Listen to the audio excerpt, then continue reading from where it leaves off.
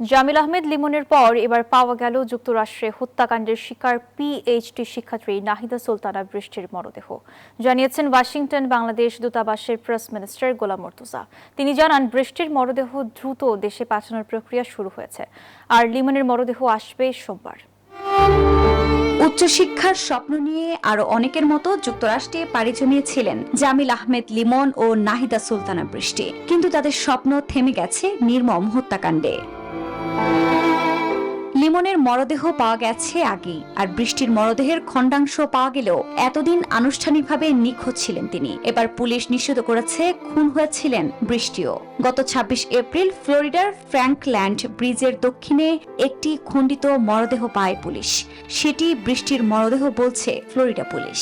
গ্রেফতার থাকা সন্দেহভাজন হত্যাকারীর তথ্য ও সবশেষ সিসিটিভি ফুটেজের সহায়তায় এই মরদেহ খুঁজে পাওয়া যায়।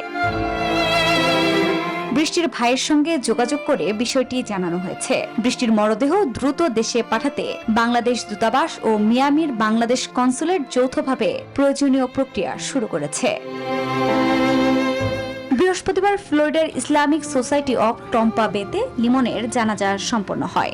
বাংলাদেশ দূতাবাস জানিয়েছে, এমিরেটস এয়ারলাইন্সের একটি ফ্লাইটে লিমনের মরদেহ শনিবার অরল্যান্ডো থেকে বাংলাদেশের পথে রওনা হবে। ঢাকায় এসে পৌঁছাবে সোমবার।